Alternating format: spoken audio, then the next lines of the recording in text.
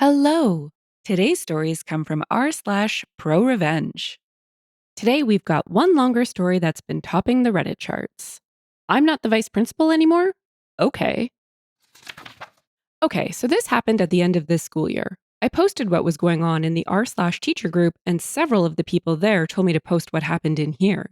This story is in 4 parts, and I apologize for the length. I also apologize for any teacher slang I use, as it is like second nature to use it just like military cargo was when I was in the military. Basically, I was told that all the assistant vice principals in the district, other than at the high school, were being let go, and a teacher on assignment was going to take our jobs. I was not heartbroken over this, but was treated badly by the new admin team taking my job and my principal's job. Also, I tried to help my staff on my way out, and it seems my bosses cared more about their images than my staff's happiness. So here is the story. Part 1. So, none of the other admin in my district had received our contracts for the coming school year yet. I was wondering what was going on, but I heard rumors about a pay scale shift, and that was the reason for it. I found out Wednesday what is actually happening. Every assistant principal and vice principal in the district, why we have two different titles, I have no idea, is not getting renewed contracts, except the ones at the high school. Their position is being eliminated, and their jobs are being replaced with a new position that pays a teacher's salary plus a $2,000 stipend. They're replacing the assistant principals with learning coordinators. Apparently, the budget is the given reason, but I also heard rumors from someone at the district office. Each of us assistant principals and vice principals were scheduled to meet with one of the assistant supers Wednesday. We thought it was about our contracts and we were correct. When I arrived, the acting superintendent was there with the head of HR. I was told about the elimination of my position, but not the reasons why. I was then given an option for the coming school year. I could go back into the classroom, I could work in the district office, or I could apply and interview for the new position that is replacing my job. What the frack? I wouldn't care one lick if I was told that my position had been cut completely and I needed to go back into the classroom. I love the classroom. I miss teaching full time. However, to tell me to apply and interview for a job I already have is utter nonsense. We were told to give the district our answers by Friday, and they would draw up contracts or schedule interviews. Wednesday afternoon, I went to see Tony, who is an assistant superintendent and one of the few decent leaders in the school district. I heard from Tony that there was an internal shakeup, but he wasn't allowed to talk about it or even give me a hint about what happened. However, one of the assistant supers was being reassigned, aka demoted, to being the principal of my current school. My principal was not coming back due to health reasons. The superintendent was released from his contract, and my school's new learning coordinator position had already been filled. Who filled it? A school counselor from one of the high schools who just happens to be a friend and lackey of the assistant super that is now the new principal. So, early this morning, I gave them my answer. I decided that I didn't need until Friday to decide. I tried to make sure I sounded professional, but I made sure that my message was getting across by speaking with authority. I went into the acting superintendent's office and told him that I thought that laying off a bunch of people so they could hire others to do the same job but at less pay was utter crap. I told him that the way the school district handled certain situations was idiotic. I then gave several examples.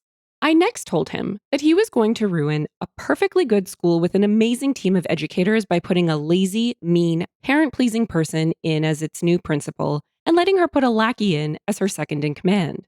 I said that she was as useless as a screen door on a submarine and as mean as Dolores Umbridge. I finished the 3-minute speech by stating that I will work my butt off and finish the school year strong. I will prep things for the next school year so that the teachers have an easier time. I also let him know I would never work at or recommend the district to anyone ever again. Then I left letting him know that I expect an amazing letter of recommendation by the end of the school day Friday afternoon, since I earned it for my service the past few years. So what am I going to do now?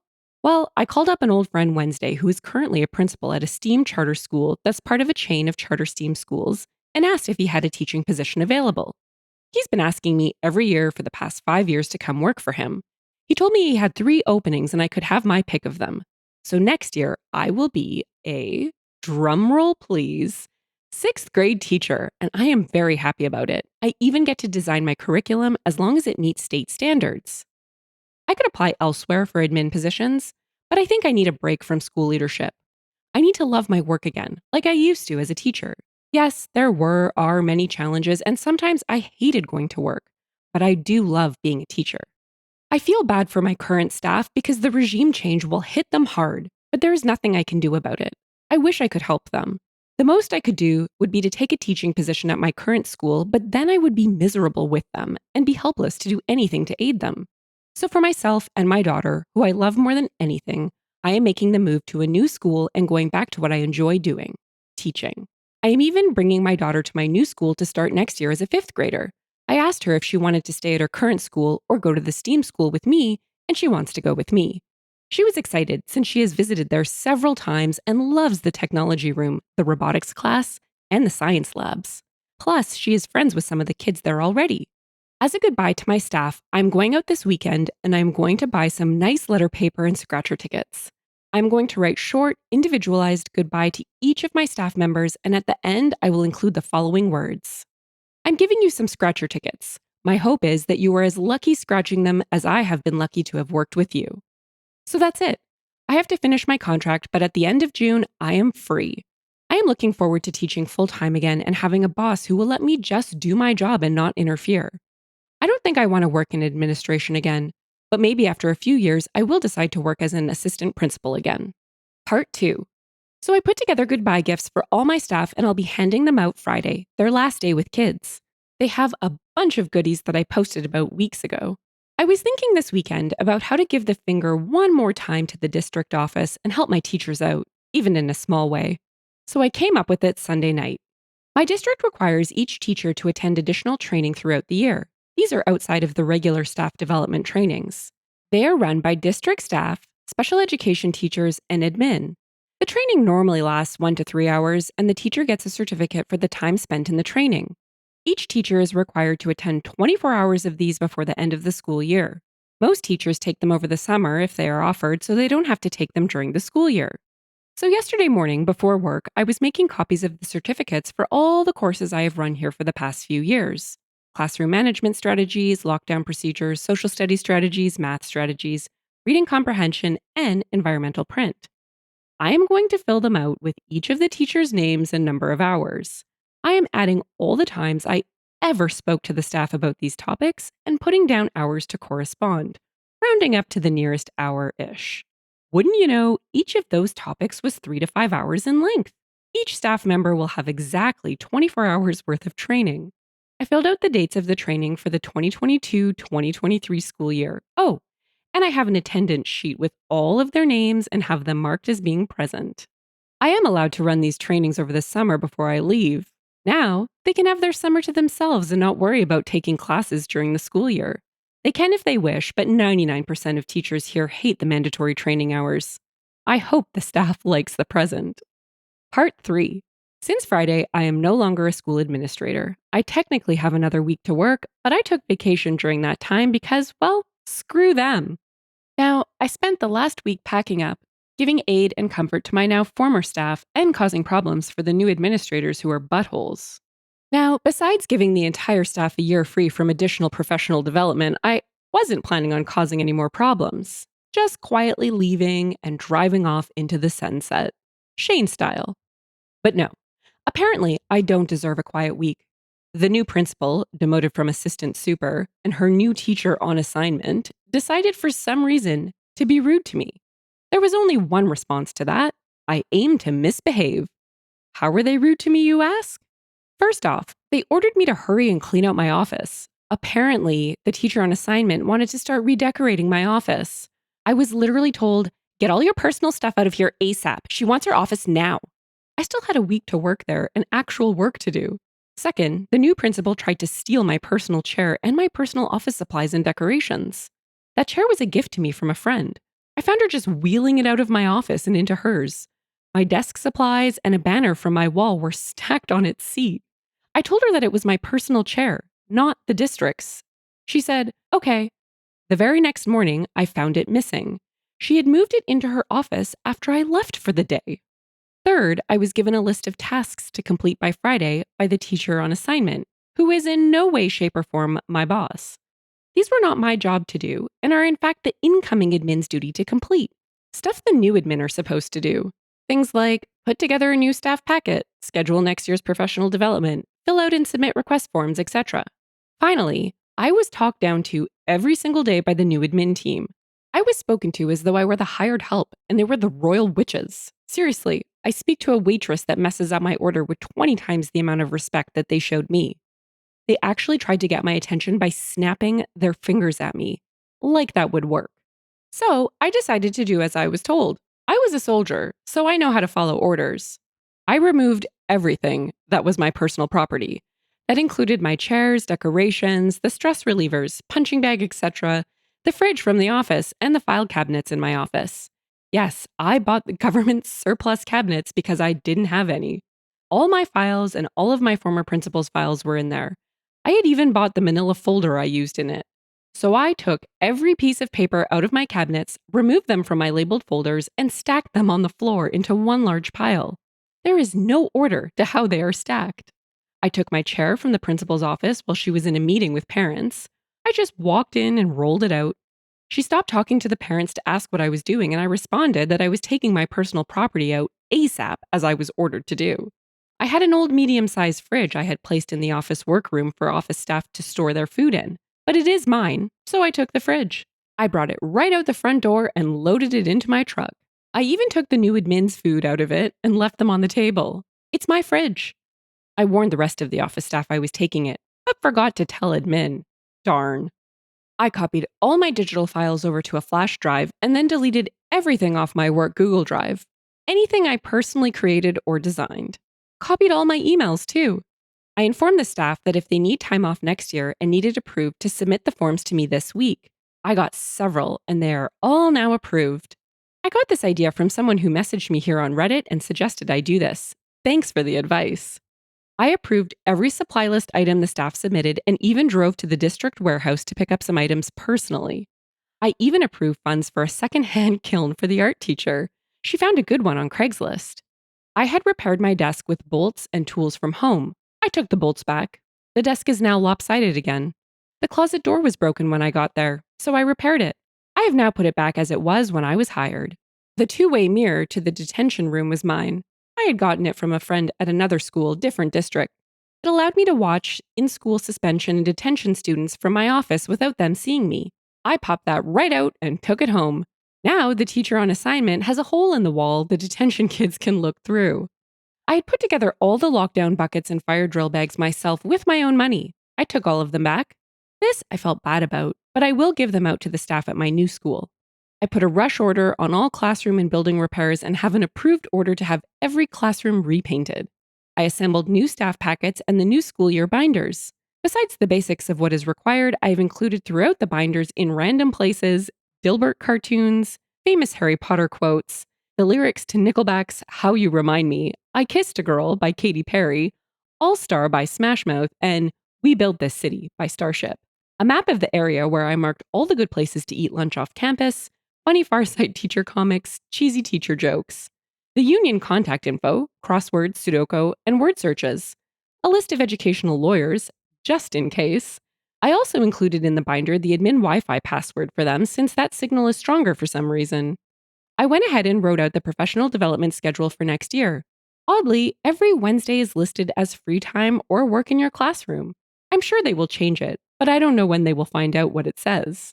I had a master list of donators and partners in the community. It was posted on a whiteboard in my office. I got over 4 dozen businesses and people in the community to help with various things or donate over the years. I spent a lot of my time building relationships with them and making deals. I took a photo of it, and then I erased the list and took the whiteboard since it was mine. Friday, I flew the LGBTQ plus flag instead of the state flag. Note, the new principal also has made some anti-LGBTQ plus comments. Then I got yelled at 3 times. The first time was when I took back my chair. I was told it was unprofessional to just take it without asking, especially with guests present. I responded with, yes, it was unprofessional to take my chair without asking. The second time was when the teacher on assignment found the refrigerator gone. She said that it was community property. I told her, no, it's my property, and I was told to take all my property from the campus. The third time was when I was in the parking lot leaving and they found the piles of papers. The principal flagged me down and told me to clean it up. I told her I was off the clock and that the district never reimbursed me for the cabinets, so I had to take them with me. I am expecting a call from HR today asking for my assistance setting everything back up since, with all my stuff removed and erased, the admin team has to actually put in some hard work. I'd come in, for my consultant rate, $75 an hour with a minimum contract for 12 hours. Part 4. So, as some of you know, I left the world of being an administrator a few weeks ago. I tried to leave behind some nice gifts when I left. I wasn't looking to cause problems my last few weeks, but the new admin team treated me in a way that was unacceptable. So I decided that Malcolm Reynolds had it right when he said, I am to misbehave. Well, the Tuesday after I left, I received a call from HR. I ignored it. I then left for a road trip with my daughter where we went to San Francisco for a few days and went to 2 Giants games. Unfortunately, they lost both games. While we were on our trip, they called and emailed me at my personal email account. My work one was deleted by them. I ignored the calls and never opened the emails. My daughter and I then went to Disneyland for a few days of fun and then returned this past Friday. I then checked the voicemails and emails. I was asked, begged, and then ordered to come to the HR for important meetings. It is very important that we speak to you as soon as possible, is what they said repeatedly. So yesterday I went into the district office wearing cargo shorts, a t-shirt I got at Disneyland, and flip-flops. I don't work there, so I don't need to dress up. When I arrived, I was originally treated like a visiting VIP. The HR manager and her assistant tried to butter me up like a Pillsbury biscuit. After a few minutes of them trying to make small talk and me then letting them know I had plans to go to lunch in 30 minutes, they got to the point. They wanted me to turn over a few things that I'd taken with me that, though they belonged to me, they said were sorely needed at the school. They gave me a list from the new principal, which included, but limited to, my chair, seriously, my refrigerator and appliances, my community contacts board, people, businesses that I build relationships and partnerships with, my personally designed forms and worksheets, two-way mirror, my lockdown buckets, and fire drill bags. They also wanted copies of every record I kept and notes I took on the staff and students. The notes I took on staff were so I could personalize gifts for them and have conversations with them on their interests. I said no to all those requests. I told the ladies that the furniture and appliances were mine that I brought in. I stated that the chair was a gift to me from a friend and that the new principal can afford to buy her own chair. I also stated that I left any official school district documents there, and any I took with me and/or deleted were of my own making and my intellectual property. I also stated that my contacts were developed over the years on my personal time and at personal cost to me. I also stated that everything I took that I had submitted reimbursement for was never actually reimbursed. I kept my records and pay stubs. I never saw a red cent from those submissions. They offered to pay me for some of the items and gave me a rough figure of what the district would pay me to return the fridge, the forms, buckets, bags, mirror, and contact board. I told them that I did not want to hand them over to the new admin team since they had treated me so poorly. They asked me again and tried to reason that some of those things could be interpreted as school property. I told them that they were welcome to try and force me to return anything that was legally mine to them, but I would be willing to fight it in court.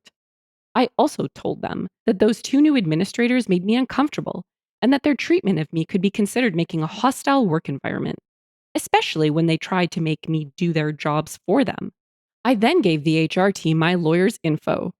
I dated a lawyer after my divorce for a few years, and we are still good friends, and she has offered herself as my forever retained lawyer that I can use her name and she'd help me if she could. I rarely use her name, but when I have needed her legal advice, she always comes through. I also help her with physical chores when she or her family needs help. I then wished the lady a good school year in the term to come and left. I doubt I will ever hear from them again. Woohoo! Way to go, OP. While we all know this is pretty typical of a restructure, I think the impact of the kids is so unfortunate. Super awesome that OP took the time to destroy everything for the new admin team while also achieving some perks for the teachers. That'll likely be beneficial to the kids. Disgruntled teachers are generally bad news for education. More importantly, though, I want to know more about this chair, and I'm not alone. Across multiple subreddits where the story was posted, that was the big question. Old Bone said, for what it's worth, people on the teacher subreddit have been trying to find out what kind of chair this amazing office chair was for 4 threads. But OP will never say, which is quite sad, but also kind of funny. Someone else added, it might not even be that amazing. The point is, the principal thought she could just take it and then acted like it belonged to her. Even if the chair was falling apart, I'd take it back just on principle. Arter50 said, on principle or out from under principle? Void inside said, "Dude, you absolutely destroyed the new management with all that you took from them. They must have been, if not dead in the water, sinking with a few medium leaks. Also, since they kept trying to take the chair, how comfortable is it?" Someone replied, "I'm so used to cat tax that I want to ask OP for chair tax. What does this throne upon which OP crafts incredible revenge look like?" Someone said, "As a fellow teacher who followed all of that, I was nodding along with everything and grinning at the Disneyland shirt shorts image. No one really knows the work and money that goes in behind the scenes to make the school work. Military turned educators seems to be the most dangerous teachers when it comes to entitled district personnel." Count at Work 86 replied, "My understanding is that soldiers, even those who go to the military because they have mandatory military service, learn to be the most maliciously compliant people around." If you've enjoyed the story and would like to hear more, consider liking, subscribing, and leaving a comment. Thanks, and bye for now.